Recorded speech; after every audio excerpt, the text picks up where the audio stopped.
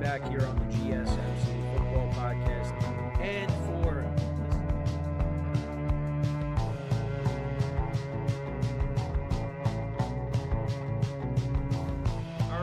we are back here on the GSMC Football Podcast. And keep yourself in the loop of everything football on the Golden State Media Concepts Football Podcast. The latest news on and off the field, be it college football, Big Ten, SEC, Big 12, Pac-12, ACC to the NFL. We've got you covered.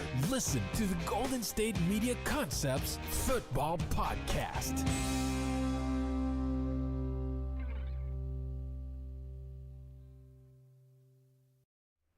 And welcome everybody to another edition of the GSMC Football Podcast, brought to you by the GSMC Sports Network. As always, I'm your host, Kenneth Grunfelder, and it's great to have you guys here on this Wednesday, September 4th. We have a lot to talk about on the show today. Before I get into that, just want to remind you guys to tip or donate and get your comment recognized. Make sure to go to the dollar sign icon in the chat. This will create a super chat for you. Any comment, anything you want to say on the live broadcast, it'll be highlighted. I will acknowledge it. And it just makes the show more lively between myself, the host, and you guys, the viewers. Any contribution that you make or can make to the show means the world to us. And also the other way to help out the show is by going to the link, gsmcpodcast.net. And again, any contribution that you guys can make to the show means the world to us as we give you guys content each and every day, Monday through Friday. So let's get into what we are going to discuss for today. So we're going to start off the show, talk about a couple things with the 49ers. Christian McCaffrey returning to practice, was dealing with a calf injury, but he's practicing, so looks like he's going to be good to go for the Monday night matchup against the Jets coming up. And also Trent Williams and the 49ers were able to come into an agreement on a new contract. I think I did bring that up during the show yesterday, but that's a big deal. And they were already in communication after they got everything squared away with Brandon Ayuk, but they were able to get things done. So he's back. So the 49ers are basically at full strength on offense going into this game against the Jets. So we'll talk about that. Then in the second part of the show, we'll talk about Stefon Diggs, some recent comments he had, calling out his critics and just some of the things that he had to say about last season with the Bills. Then we'll talk about some of the matchups that I'm excited for going into Week 1. That was a topic of conversation yesterday in our production meeting. Some of the other hosts were doing topics on that, so I thought, I would do that as well.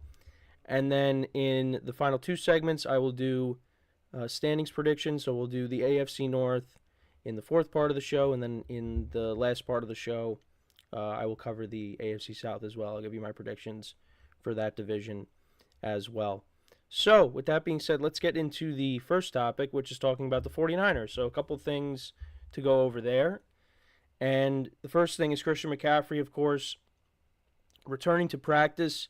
I was dealing with a calf injury basically throughout the whole summer. And obviously, that's an injury that, isn't easy to deal with. And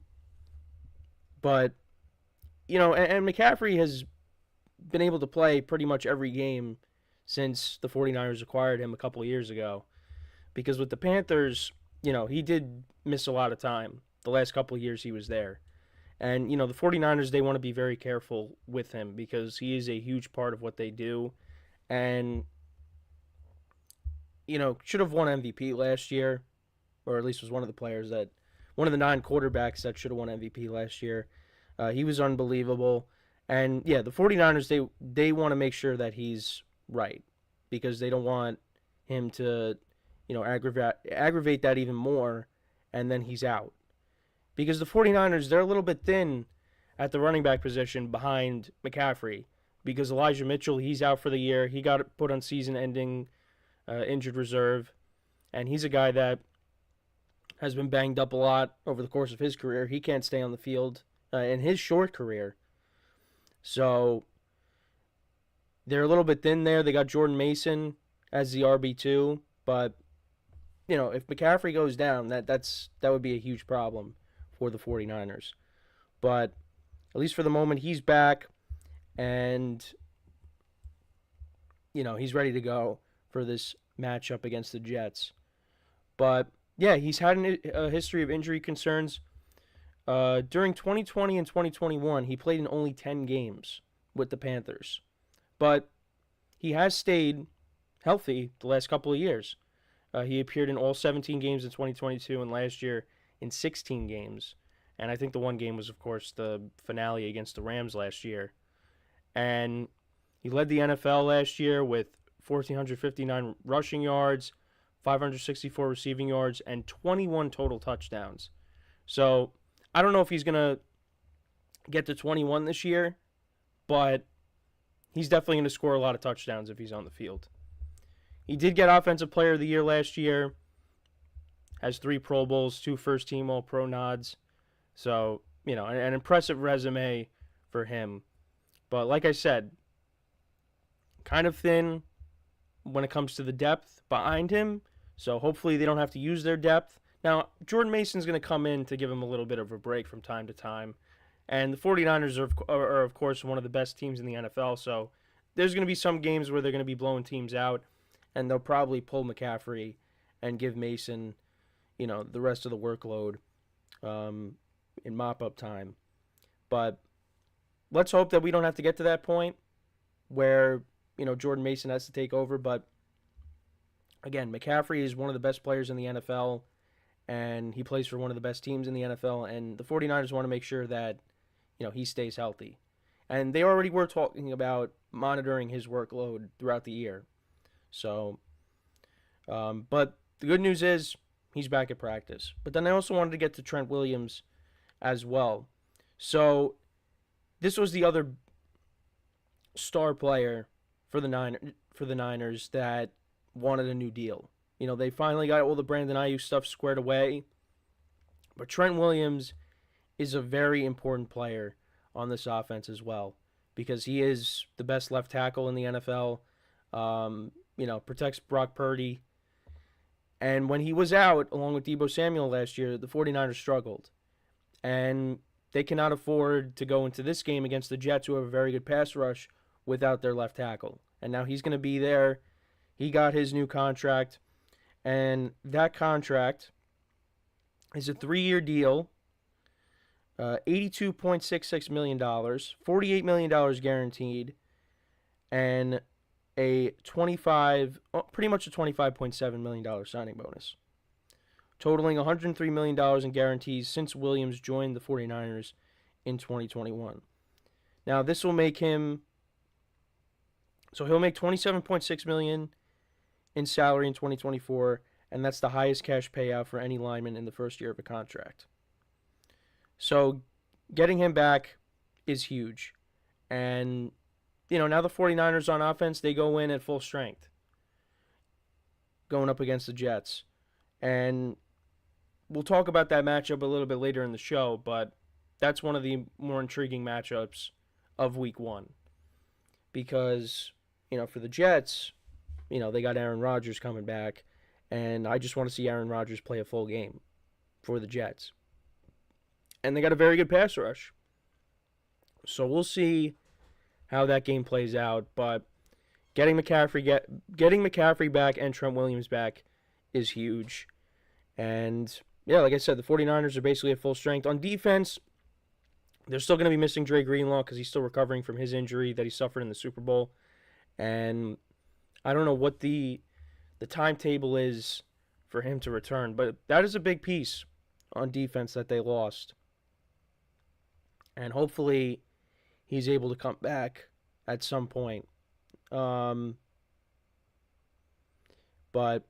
yeah, I don't see any... I'm looking right now. I don't see really any updates. I see a headline that says Dre Greenlaw shares encouraging Achilles injury update, and that was in May. So hopefully, at some point he'll come back during the year. But, yeah, that's a big injury on the defensive side of the ball. But I did also want to bring this up, and I know it's kind of a touchy subject, but Also, their rookie wide receiver, Ricky Pearsall, is recovering from a gunshot wound.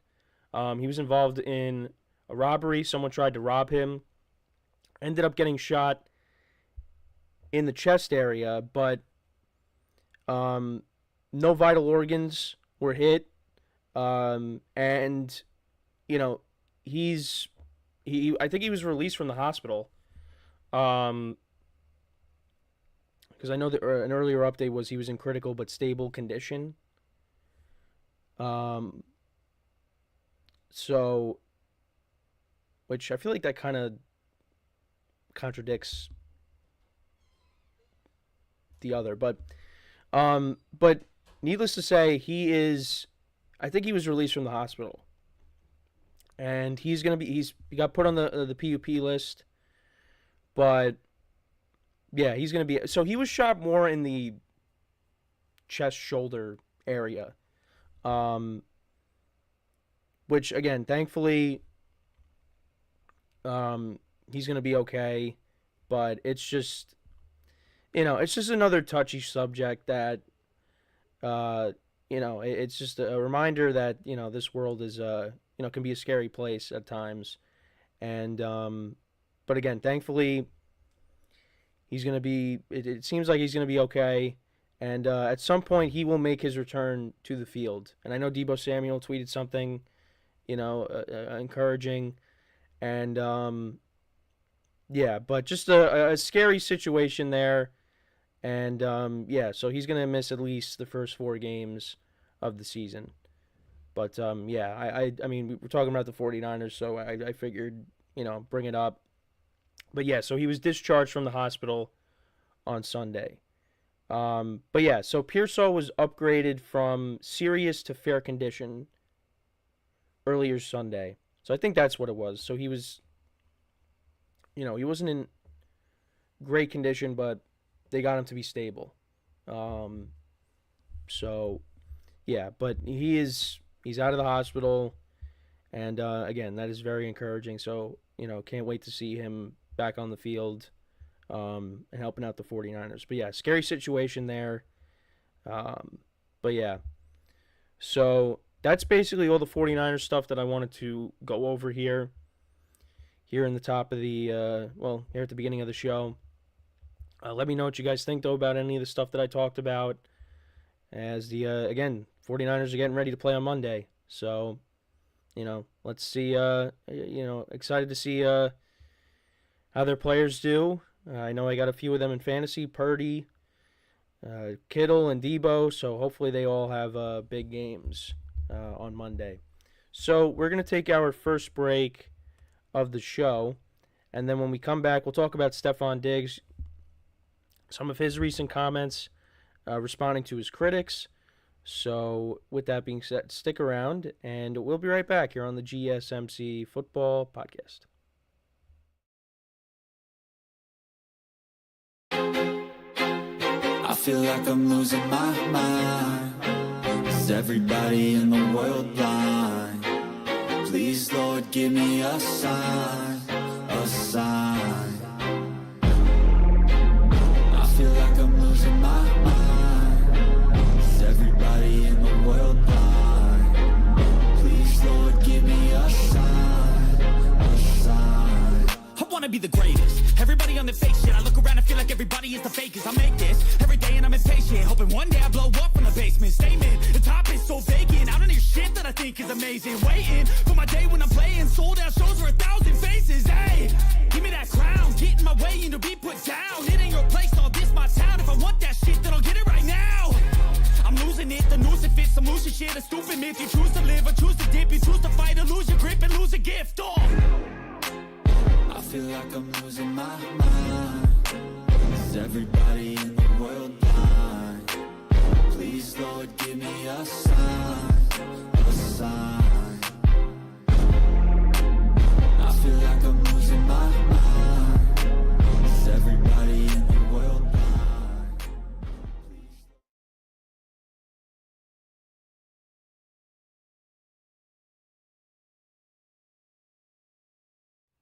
All right, and we are back here on the GSMC Football Podcast. And for the second part of the show, we're going to talk about Stefon Diggs, his recent comments, responding to critics, kind of talking about last year and how last year went, things like that. So I just wanted to get into some of his quotes.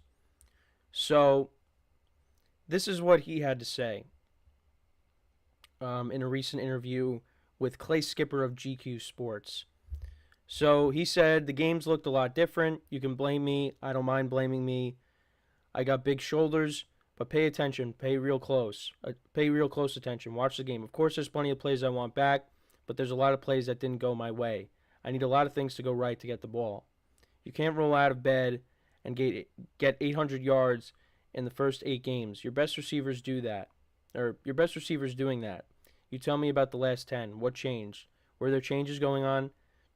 I just pay attention to what really happened and not what people try to act like happened. Like for the last 10 games, I forgot how to play football. And it is true. I do think there's some validity to that.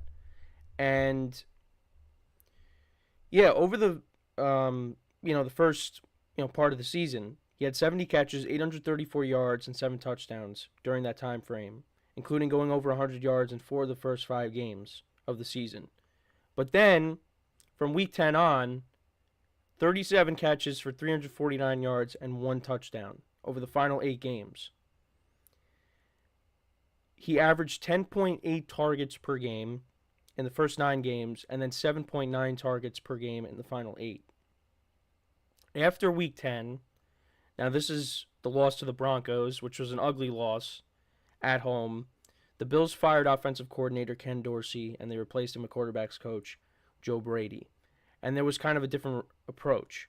So through the first 10 weeks under Dorsey, now this is courtesy of an article on Bleacher Report, through the first 10 weeks under Dorsey, running back James Cook was 20th in the NFL in carries. But then he was 10th from weeks 11 through 18 under Brady. And this is kind of something that I brought up, that when the Bills changed coordinators, Stefon Diggs, wasn't really a factor. I don't think it was. Now, yeah, there were a couple of plays, Diggs, dropped some passes, but that you could look at. But I really don't think that Diggs declined. I think it was just the philosophy changed with the Bills. And, the play calling was different. So it's not constantly force-feeding Stefon Diggs the ball. And I also wanted to pull up Diggs' stats from last year to put up in the background here. Well, really in the foreground. But, I don't really think that Stefon Diggs, this is what his, total stats ended up being last year with the Bills. Not a bad year. But, yeah, he got off to a great start. I mean, he had that 3-touchdown game against Miami early on. I really don't think that Diggs just fell off a cliff once they changed coordinators. I just don't think he was constantly, he wasn't, being force-fed the ball. And I don't think there's anything wrong with that, but, yeah, he just wasn't getting involved in the offense. Now, obviously, Stefon Diggs is getting older. I'm not going to say that there is no decline, but I don't think people should pretend like he just, like he said, he just forgot how to play football now because he wasn't really putting up big numbers over the last half of the year. I think there definitely is more to it. Because, go look at the game against the Cowboys. James Cook was the man in that game. He had a monster game. And Khalil Shakir was getting more involved in the offense as well. There's more to it. I don't think that Stefon Diggs just now is not a good player. I do think he's going to go to Houston and he's going to do well. Now, he's going from one offense to another where, it's going to be different, of course. But I don't think he's going to be force-fed the ball there either. Like, he's not going to be the main guy. You know, you got other pass catchers that are going to be involved in the offense as well. So, how is he going to handle that? And I know I've brought that up. And you know what? I think, you know, as long as they're winning games, I think he'll deal with it. I mean, I know maybe in the back of his mind he's probably saying, like, you know, he wants to get the ball more. Well, first of all, the Texans haven't even played the game yet. So we got to see how it plays out. But I do think each week it's going to be a different receiver that has a big game. Now, you might have some games where multiple receivers are going to have a big game because that's how good this Texans offense is going to be, in my opinion. But Stefon Diggs is still not going to be the man. Now, there's going to be some games where he is going to be the man, where he's going to have a big game. But you got Nico Collins there. You got Tank Dell. Dalton Schultz they brought back. You know, there's a lot of pass catchers. And C.J. Stroud is a guy that's going to spread the ball around. It's not going to be just one guy that he's going to be looking for. But that's the benefits of having all of these good pass catchers around you, is you don't have to just rely on one guy. So that's one thing to look towards, is how is Stefon Diggs going to feel about that? Now, again, I don't think he's, you know, I think as long as they're winning, it'll be okay. But if it gets to a point where he's, you know, a non-factor and they're losing, then it's going to be a problem. But it's all speculation. And, you know, people are going to say, well, look at what happened in Minnesota. You know, he left Minnesota. Now he left Buffalo. You know, if he ends up being one and done in Houston and it ends badly, well, you know, people are going to point the fingers at him and saying, yeah, you're continuing to be that common denominator in all these situations. So, but I do think Diggs is going to have a good year. I do. I really don't think that he fell off a cliff. I know I keep saying that, but yeah, I just don't. I don't think he has declined as much as people may think. But that doesn't mean. Now, I don't think, like, maybe he doesn't get 1,000 yards this year. But I think that's going to be more so because of the offense that he plays in. Because, again, Stroud is going to be distributing the ball to other guys. But I don't think it's going to be because he lost a step. I think he's still got good football left. But only time will tell. Only time will tell. But definitely some strong comments there by Diggs. And he's going to go out there and prove it. The Texans, they play the Colts on Sunday, which is an intriguing game. So that'll be the first time that we get to see him and how he how he does in his debut with the Texans. You know, they're playing against a team that they ended their season. Final game of the regular season, they ended the Colts season. And it could very well come down to those two teams for the AFC South. But we'll see. We'll see. So, but let me know what you guys think, though, about Diggs. What kind of season do you think he's going to have with the Texans? Like I said, I think he will have a productive season. But at the same time, he's not going to be the guy in Houston. You know, you got Nico Collins there. You got Tank Dell. You know, C.J. Stroud is going to spread the ball around. So, and Diggs knows that. But how is he going to feel? Now, I feel like if he's just not flat out not getting involved in the offense, like he's getting nothing, then, you know, there might be some frustration. But, you know, if he gets his, you know, 6 or 7 receptions, you know, he's getting targeted a decent amount each game, then, you know, I don't think there's going to be a problem. But I think it would be a problem if he's just flat out not getting involved. And, you know, the Texans are not playing well because of that. Because he feels like he can contribute. And I definitely think he is. I definitely think he will. So we'll have to wait and see on that. But yeah, let me know what you guys think though about Diggs. How do you see him doing in 2024? But actually, I wanted to go back to this because I do want to remind you guys once again to tip or donate and get your comments recognized. Make sure to go to the $ icon in the chat. Any comment, any thought that you might have that you want to see on the live broadcast, you can put that as a super chat. I will acknowledge it during the live broadcast, and it just makes the show more lively, more interactive between you guys and myself, the host. Any contribution you can make to the show means the world to us.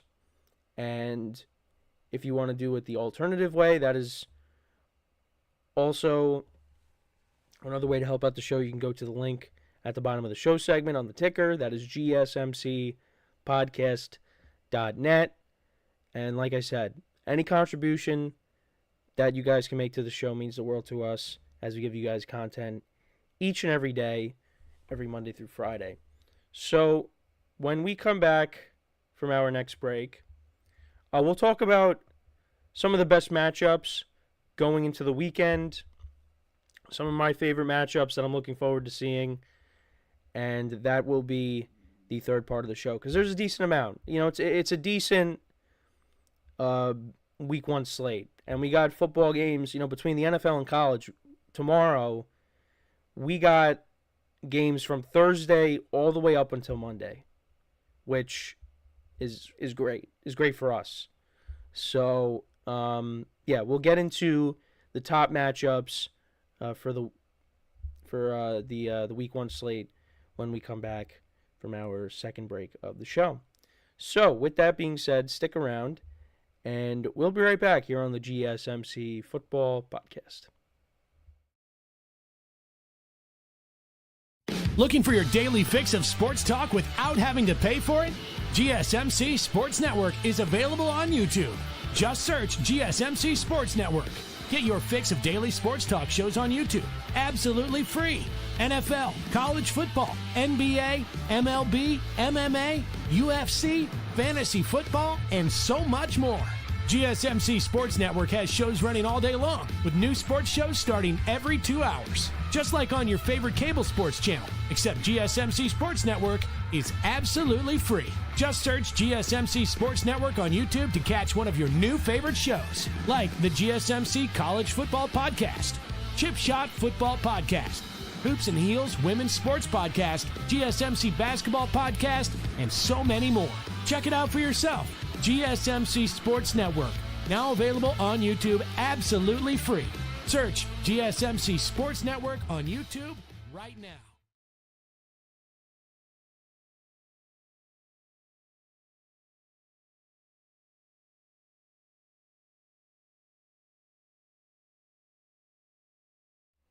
All right, and we are back here on the GSMC Football Podcast. And for the third part of the show, we're going to talk about some of the best matchups in the week one slate, the ones that I'm most looking forward to.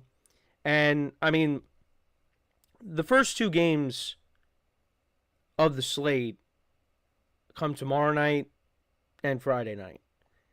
And that's, of course, the kickoff game, opening kickoff between the Ravens and the Chiefs. Of course, that's the AFC Championship game rematch from last year.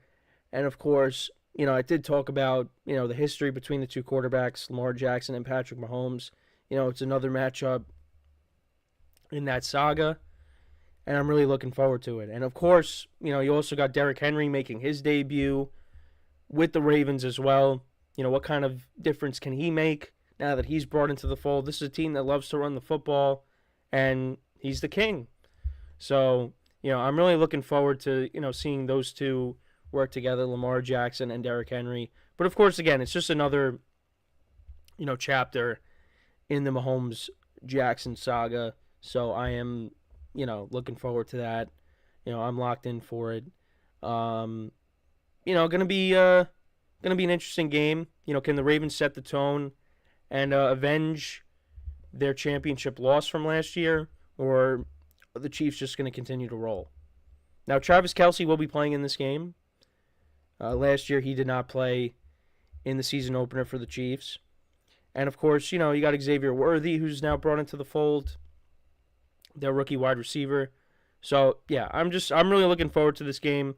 And the other thing, too, is the Yankees are off tomorrow, so my sole focus is going to be on this game. Now, it probably would still be on this game anyways because football is back, and also because the Yankees continue to frustrate me in new ways, including last night.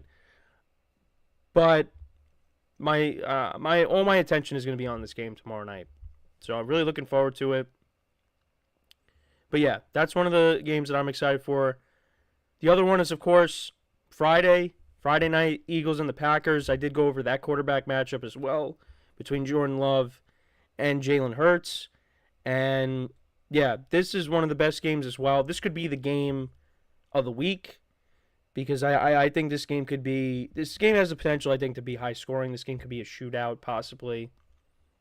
A lot of talent on both sides of the ball. The Eagles, of course, with their two stud receivers, A.J. Brown and Devontae Smith. Of course, Saquon Barkley making his debut as an Eagle. Those stings a little bit, but still, let's see what he could do now behind a good offensive line. And then on the other side, you got the other running back that was signed by the Packers, their new running back, Josh Jacobs. Let's see what he does for them this year. I mean, hopefully he's a monster. I drafted him in fantasy I got him in the 3rd round in my redraft league, and I'm hoping that he has a big year. And, he's really going to be relied upon because, they did bring back A.J. Dillon, but he's going to be out for the year with a neck injury. They did draft Marshawn Lloyd. They still have Emmanuel Wilson, but it's going to be Josh Jacobs. And then, of course, how is Jordan Love going to be in year 2 as the full-time starter for the Packers? I actually did want to acknowledge a comment on one of my videos from yesterday. And it was on the Packers. Well, it was on the Jordan Love, Jalen Hurts segment that I did. So this is from Ezekiel Major, 5511. And this is what he said. He said, most opinions of Jordan Love are based off of the Green Bay Cowboys playoff game. Dallas stinks, so I would put too much stock. I think he meant to say so I wouldn't put too much stock, but he said I would put too much stock in that. My Eagles will be ready for him on Sunday. Bank on it. Actually, a couple of things there. So first of all, he said I would. He meant to say I wouldn't. And the Eagles are not playing. This game is not being played on Sunday. This is being played on Friday. So this Eagles fan is all over the place. He doesn't even know when his team's playing. So I said, appreciate the comment. I think it's more than just that playoff game. He played really well towards the end of the year. He beat the Lions on the road on Thanksgiving and the Chiefs in primetime. He's still got more to prove, of course, but it was more than just the playoff game versus the Cowboys. Should be a great game on Friday.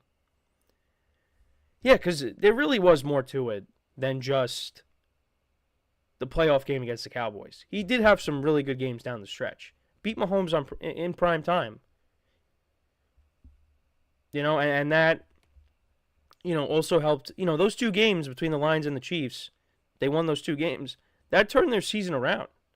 So don't pretend like it was just a playoff game against the Cowboys.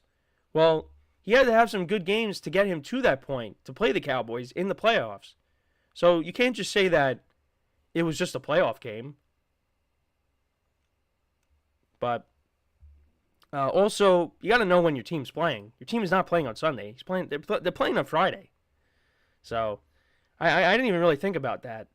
But anyways, that's one of the best games of the weekend as well. Also, I mean, I'm not going to say this is one of the best games of the weekend, but I will be there in person, and that's Giants-Vikings. But just wanted to acknowledge that. I think the Cowboys and the Browns, that's going to be a good game. The Cowboys with their all-in offseason, which really wasn't all-in, except all-in for their stars. How are they going to do? How is that offense going to do against this pass rush of the Browns? How is Deshaun Watson going to look coming back from injury. That's a game I'm curious to see how that plays out. I'm gonna be keeping up with it, as we're traveling back from the Giant game, because we're taking my parents and I are taking a bus there. And there's gonna be a whole tailgate. It's gonna be a lot of fun.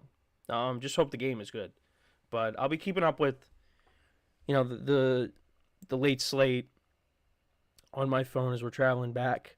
But yeah, I think that has the potential to be one of the best games of the weekend as well. Also, Cardinals Bills can be intriguing. And Kyler Murray is healthy, and usually when he starts, the Cardinals, they usually get off to, good starts, fast starts. But, obviously last year, recovering from the ACL, came back later in the year. And the Cardinals, people look at them as being a team that's going to make improvements and maybe could be a team that, sneaks in as a wild card. Who knows? But, you got that offense, Marvin Harrison Jr. making his debut. And then, of course, on the other side, you got Josh Allen and the Bills. How is Josh Allen going to do with, all the new wide receivers that he has at his disposal? That has the potential to be a good game as well. But, of course, the last two games that I wanted to get to, now, obviously, there's Caleb Williams' debut. But these two games that I'm going to talk about towards the end of this segment here, these are going to be good games. So you got Stafford making his return to Detroit once again. And that was one of the best playoff games last year. Lions won that by a point. And I think we're in for another good game. Now, I'm kind of leaning towards taking the Rams in this matchup here. But I do expect this to be another good game. Stafford coming home, part 2. Should be a lot of fun. Obviously, the Lions, they want to take it a step further this year. They came very close to making it to the Super Bowl. They had a big lead against the 49ers, and they lost it. But this year, they're looking to take that next step and get to the Super Bowl. And we'll see if they can do that. This is one of the best games of the weekend right here. And then finally, it's the last game of the weekend. And that is the Jets and the 49ers. And it's really for one. Now, of course, I did bring it up. The 49ers got all their players signed and, they got all the stars, so you're excited to see them. But for one reason only, and that is Aaron Rodgers making his return to the field. How is he going to do? This is a team that has given him problems in the past, particularly in the playoffs. Does well against them during the regular season, but in the playoffs, he's had problems with them. But that's really what I am most interested in, is him making it through an entire game. And how does he look? How does he look with this team? The Jets tried to improve this offensive line. Let's see if it pays off. They brought in Mike Williams. Let's see what Breece Hall could do. Now in year 3, Garrett Wilson in year 3. Backed up by a really good defense against the best team in the NFC. How is Aaron Rodgers going to look? And I hope he goes out there and plays really well on Monday. But that is what I'm most interested in. This has the potential to be a very good game if Rodgers, can play a good game. And how does Brock Purdy deal with that Jets pass rush? Now he's got Trent Williams back, which is big. But let's see what happens. That's a game I am very interested in and will be watching very closely. And I just want to see Aaron Rodgers go out there and play a full game for the Jets so we can see what he looks like as a Jet, because we really didn't see it. We saw him throw that touchdown pass to Garrett Wilson in the preseason game last year against the Giants, and then he was running out with the American flag last year. But that was it. Handed off to Breece Hall against Buffalo. He had a big run, and then and then he got hurt. So I want to see Aaron Rodgers get through a full game. Let's see what he looks like as the Jets quarterback. But yeah, I'm hoping for the best, really, and I think a lot of people are too. He's one of the best quarterbacks of our generation. I last year that was horrible. Let's see what he does this year. But yeah, those are the games that I'm excited for. Let me know what you guys think. What games are you most excited for this week 1 slate? From this week 1 slate, let me know in the comments. So we're going to take our next break, and then when we come back, last 2 segments here, we'll be doing standings predictions. We'll be going over the AFC North first when we come back from our next break. So with that being said, stick around, and we'll be right back here on the GSMC Football Podcast.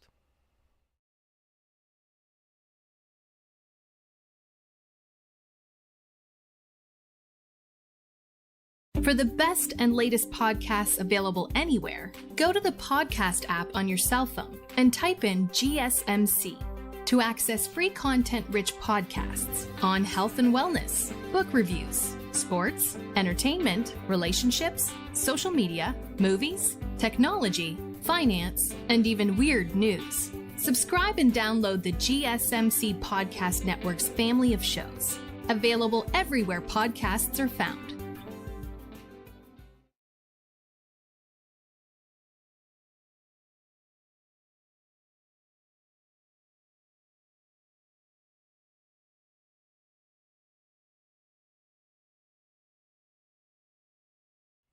All right, and we are back here on the GSMC Football Podcast, and for the fourth part of the show, we are now going to get into the final 2 segments here, standings predictions. So let's get into them. So we'll start off with the AFC North, and then in the final segment we'll do the AFC South. So when it comes to the AFC North, I said it over and over again. This is the best division in football. And I think, now, this is what I got here. I got every team finishing with a winning record. Now, I do have the Bengals and the Ravens making the playoffs. Tomorrow I'll go over my playoff teams. But this is what I got for the division. And for me, when it comes to the Steelers, we'll start with the Steelers. Now, I know their offense struggled in the preseason. I understand that. But, until proven otherwise, with Mike Tomlin as the head coach, I'm going to say they somehow still find a way to finish with a winning record. And I know Steeler fans are not going to be happy because they want to see more. They want to see more. I was watching the highlights the other night. It's been a long time since this team has won a playoff game. It's been a long time. And they've made the playoffs, but they haven't won. They made it in 2020, in 21, last year, but they're one and done. And to me, the way I have it, they're on the outside looking in, once again. And that's not good enough. Now, it also doesn't help that they play in a tough division, the toughest division in football. But that's just how I see it right now. Now, last year, they did kind of benefit from the Bengals, and Burrow getting hurt, because they ended up sweeping the season series with the Bengals. And Joe Burrow didn't play in either of those games. Now, if Burrow does play, How do those games go very differently. And the Steelers' schedule towards the second half of the year is brutal because they play all these teams right here in their division. They play the Chiefs on Christmas. They play the Eagles, I believe. It's a very tough schedule. And I don't know why the NFL decided to do that. But I do think I'm going to give them that respect. They're going to somehow find a way, somehow, to get to 9 wins. Because Mike Tomlin has never finished with a losing record. But again, that's not good enough for the Steelers. Steeler fans are going to be very frustrated. We could very well see Russell Wilson and Justin Fields play their fair share of games throughout the year. Russell Wilson's at least going to start. And then we'll see if they go to Justin Fields at some point. But I got the Steelers at 9-8. So, and being in last place in the division. So, that's my thoughts on the Steelers. Then with the Browns, like I said, when it comes to them, I do think Deshaun Watson is going to be inconsistent throughout the year. But I do think that the Browns are going to be a good team once again. You know, they got a very good defense. And like I said, Deshaun Watson's going to have his moments where he's going to look good. And I do think that the Browns are a 10-win team. Last year, they won 11 games with 5 different starting quarterbacks. So, you know, and this year I got them finishing a game worse than that. You know, and we'll see, you know, hopefully Nick Chubb comes back at some point this year. Right now he's going to miss the first 4 games, but it's possible that he could come back, you know, much later in the season. But, you know, I liked, you know, the Jerry Jeudy trade, although, you know, giving him the 3-year extension, I don't know. I don't know how I felt about that, but I like their offense. You hope the offensive line can stay healthy because that was a problem last year. That was another group that, you know, got ravaged by injuries. You had the backfield getting hurt, you had the quarterback position, and you had the offensive line. All deal with injuries. And the Browns are kind of hoping that that doesn't happen again. But I do think 10 wins is fair for the Browns. Then for the Bengals, I got them at 11-6 in second. And this is because Joe Burrow is healthy. Healthy Joe Burrow. The Bengals are going to finish with a better record than they did last year. And we got to wait and see what happens with Jamar Chase, because he's still holding in right now. And, you know, there's no guarantee he's going to play on Sunday against the Patriots. And if that's the case, it's going to be the T. Higgins show, which is not a bad thing, because T. Higgins could definitely handle it. And with Burrow being back, that really helps. So, yeah, but I think it really all comes down to Burrow being healthy. Because if Burrow's not healthy, you know, his team's not going to win 11 games. But I do think with him back, I think 11 games is fair. But they also got to get Jamar Chase back as well. They have to get him back. So, I think 11 wins is fair for them. And then for the Ravens, I think this is the best team in the division. I'm going to give them that respect from last year because, you know, they won the division last year. They had home field. And, of course, they had the MVP in Lamar Jackson. And now you bring pretty much everybody back. You got Derrick Henry now in the fold. I think this is a 12-win team. And Lamar Jackson stayed healthy. You know, that's been a problem the last couple of years, is Lamar Jackson would get hurt late in the year, and that would derail the Ravens season. Now, they still made the playoffs in one of those years, 2022. Tyler Huntley had to be the starter. Will take over as the starter. And he started in that playoff game against the Bengals. But you just see how this team is when Lamar Jackson is healthy. They are very good.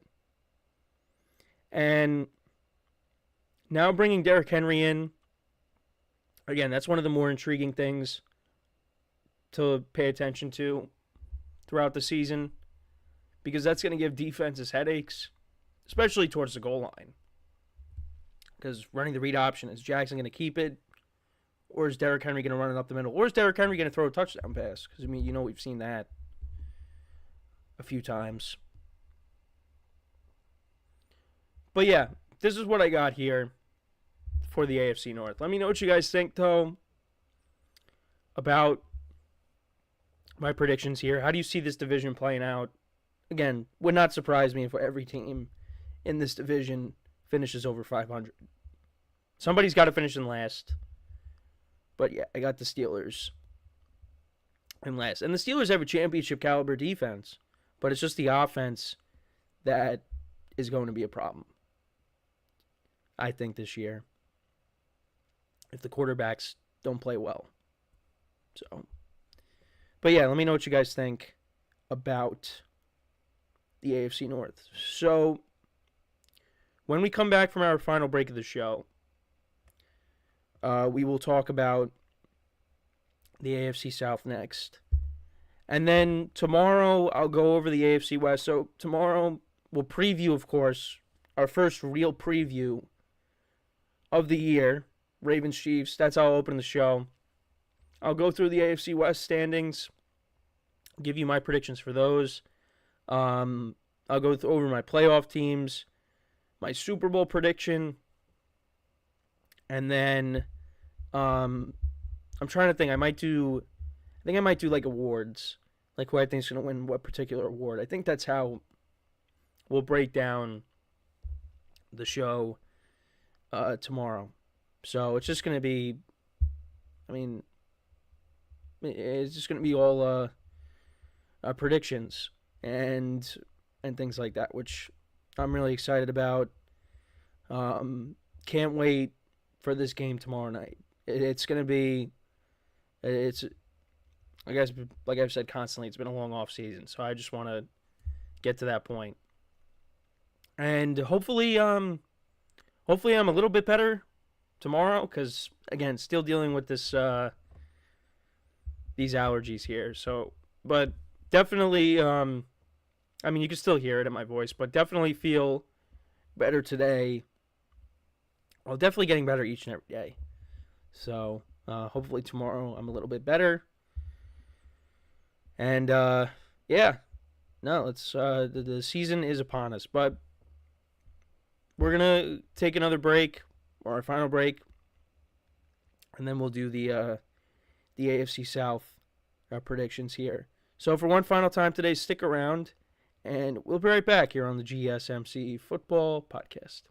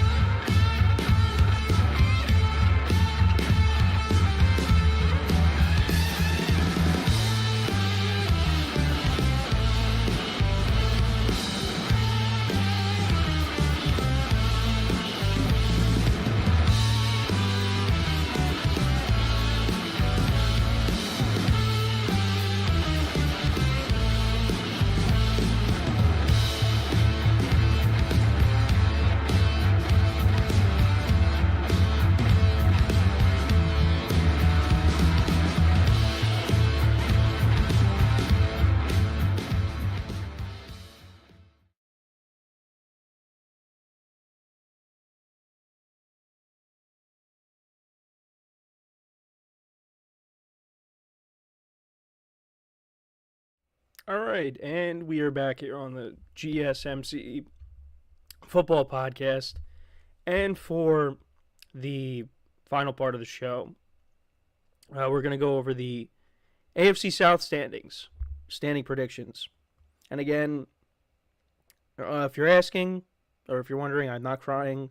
Again, still trying to get through, again, the allergies that we got going on here. But anyways, let's get into that. So we went over the AFC North in the last segment. Today, or now, we're going to be going through the AFC South. And this is what I got. So, and I went back and watched my schedule breakdown videos. But this is what I got. So we'll start with the Titans at 6-11. Now, they made a lot of moves this offseason. You know, they brought in Calvin Ridley, they brought in Tyler Boyd and Tony Pollard.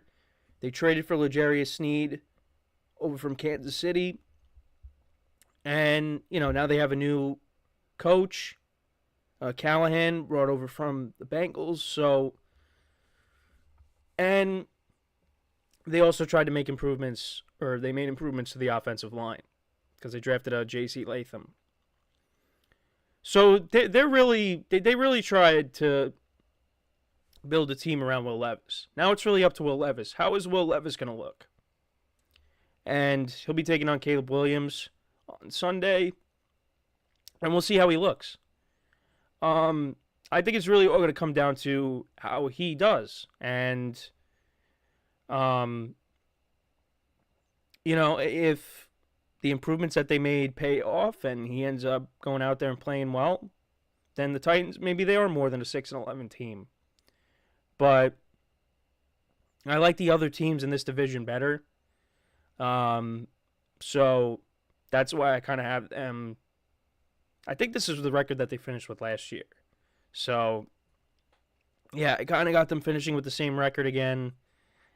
But we'll see, you know, and the receiving core that they have, and it looks like DeAndre Hopkins is going to play week 1, which is huge. But yeah, with this receiving core that they have, if this was the receiving core that they had, you know, 5 years ago, this would be one of the best receiving cores in the NFL, if not the best receiving core in the NFL. And of course, I moved something, so now my camera is acting up. But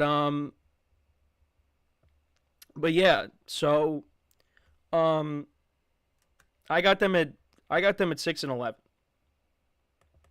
Then tied for second and third place, I got the Colts and the Jags at 9-8. Now, I did have the Jags at 8 wins, but I did give them one more win. You know, with the Colts, they were good last year. And this was with Gardner Minshew as the starting quarterback for most of the year. You know, Minshew did a nice job for them. And now Anthony Richardson is back. And, you know, I want to see how he looks over the course of a full season. You know, Jonathan Taylor they're going to have for the full year as well because, you know, he missed some time last year because he was, you know, trying to get a new contract. So, you know, I'm looking forward to that as well. You know, how they're going to look together over the course of a full season. And, you know, I did watch, you know, Anthony Richardson play in the preseason. And, you know, that game against the Bengals was a mixed bag because, you know, went right down the field on his first drive. And then, you know, threw a pick 6. So, you know, I mean, he's still trying to work his way back. But getting put to the test right away with playing the Texans in week 1, playing them on Sunday. So, but I do think this is a good enough team that they can get to 9 wins. And with the Jags, Look, Trevor Lawrence got a big contract. You know, in terms of AAV, I mean, he's right at the top. So, you know, he's got to go out there and live up to that contract. And we've been expecting more out of Trevor Lawrence. You know, they made the playoffs in 22. I feel like you could I've said it, throw out his rookie year because that was just a mess. 2022 was solid. Last year, you know, they were inconsistent. They were 8-3, and then the wheels just fell off.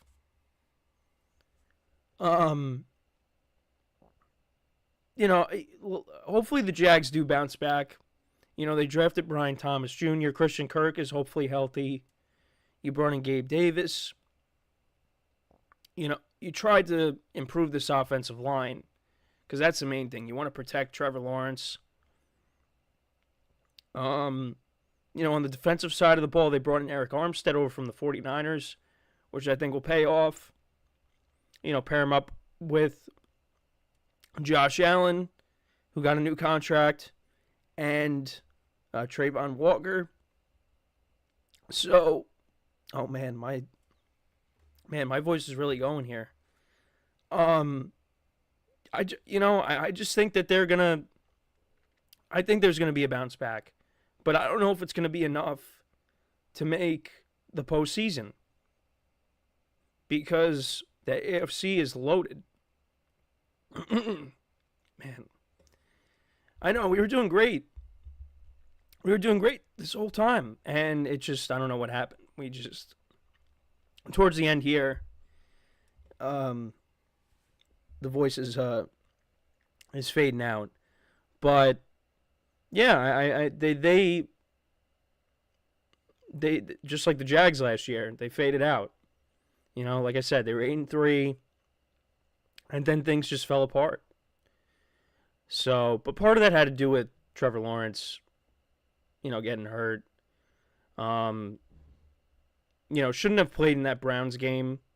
You know, because it looked like he had a season-ending injury against the Bengals on that Monday night, but then was able to play. You know, well, probably shouldn't have played, but played against the Browns, and he had 3 turnovers, 3 interceptions. I forget if he had a fumble or not, but yeah, it's just everything kind of fell apart for the Jags. And if they end up not making the playoffs, Doug Peterson is probably gone. So we'll see what happens. But they got a tough game on Sunday against the Dolphins. So we'll see how that goes. But that's also an intriguing matchup for, you know, just the GSMC Sports Network in general, because there has been a huge debate between Tua and Trevor Lawrence. So, not to say that this game is going to settle that debate, but there was a huge debate that went on in our production meeting. And got to keep an eye on this game. But yeah, so I got the Colts and the Jags at 9-8, and then I got the Texans at 12-5. They went 10-7 last year, exceeded expectations. You bring in Stefon Diggs. They signed Neil Hunter. I just think this team is going to take that next step. They are going to be really good. I think they're the favorites to win this division, and I think they're going to win this division once again. You know, they got a young quarterback that, you know, could be an MVP candidate this year. And I just really like what they did this offseason. You know, you hope that defense continues to improve. Because in the playoff game against the Ravens, I mean, that defense got shredded. So you're hoping that they made enough improvements there. And, you know, with Diggs, paired up with Nico Collins and Tank Dell, you're bringing Joe Mixon. There's a lot to like about this team. And DeMeco Ryans is a really good head coach. So, yeah. No, looking forward to it. Really, looking forward to watching the Texans this year and what they can accomplish. So, yeah, that's my standings predictions for the AFC South. Let me know what you guys think about those predictions. And yeah, that is pretty much it for the show for today. Again, I apologize for my voice. It's towards the end there, that was bad. But again, I'm not crying. It's just it's just something that I'm still dealing with. And hopefully, again, I've been starting to feel better. And we got through most of the show pretty much without what's going on without any mishaps. But towards the end here, yeah, it started to fade out there. So again, hopefully we get past this, and I will. But it's just taking longer than I wanted to. I just want it to be over so I can actually get through a whole show without losing my voice. But yeah, so again, thank you guys for tuning in. Make sure to check out all the other shows, as well. Give the other shows some love, like I always say. And yeah, tomorrow is previewing Ravens Chiefs. So can't wait for that. So with that is all the time that we have for today. Again, thank you guys for tuning in. We'll be back again tomorrow, 10:30 a.m. Eastern Time. And until then, I'm Kenneth Grunfelder signing off from the GSMC Football Podcast, brought to you by the GSMC Sports Network. Have a good day, and I will talk to you guys tomorrow. Take care.